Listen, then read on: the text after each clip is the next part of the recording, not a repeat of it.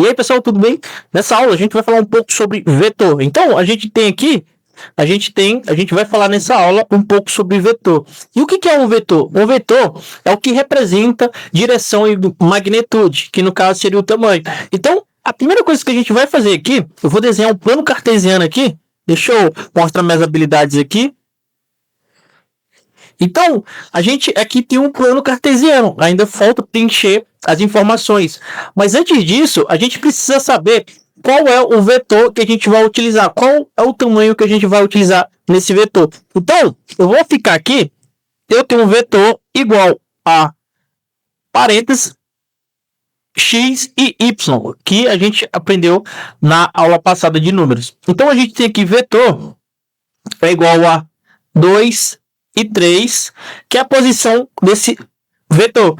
Então aqui a gente sabe que na horizontal a gente tem o eixo x e na vertical a gente tem o y.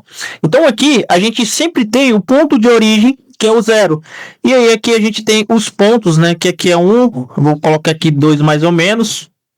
Aqui eu botar 1, botar 2 aqui e vou botar o 3 aqui também. Então a gente tem esse vetor que é 2x e 3y. Então a gente sabe que o tamanho dele e as posições estão aqui.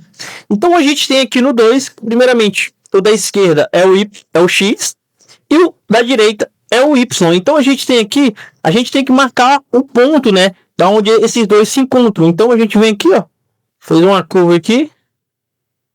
Então esse aqui é o ponto. Então, se a gente tem um ponto, a gente tem a origem, a gente vai de encontro até esse ponto. Então, a gente tem aqui a direção da origem até o ponto. Então, essa é a posição do vetor no final.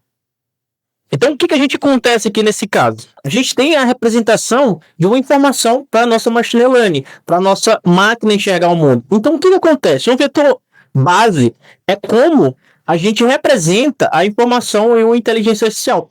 Se você entende como funciona um vetor, você está entendendo como uma máquina enxerga o mundo. E isso é o primeiro passo para você que quer trabalhar com machine learning. Então a gente tem aqui o nosso vetor base, né? É uma aula bem simples, né? Mas nas próximas vai ficar mais complexo. Pode ter certeza que não vai ser fácil explicar, principalmente. Tem que usar outros tipos de explicação. Mas aqui é mais mostrando sobre um pouco de conteúdo para o meu mestrado. Então é isso. Essa aqui fala de vetor.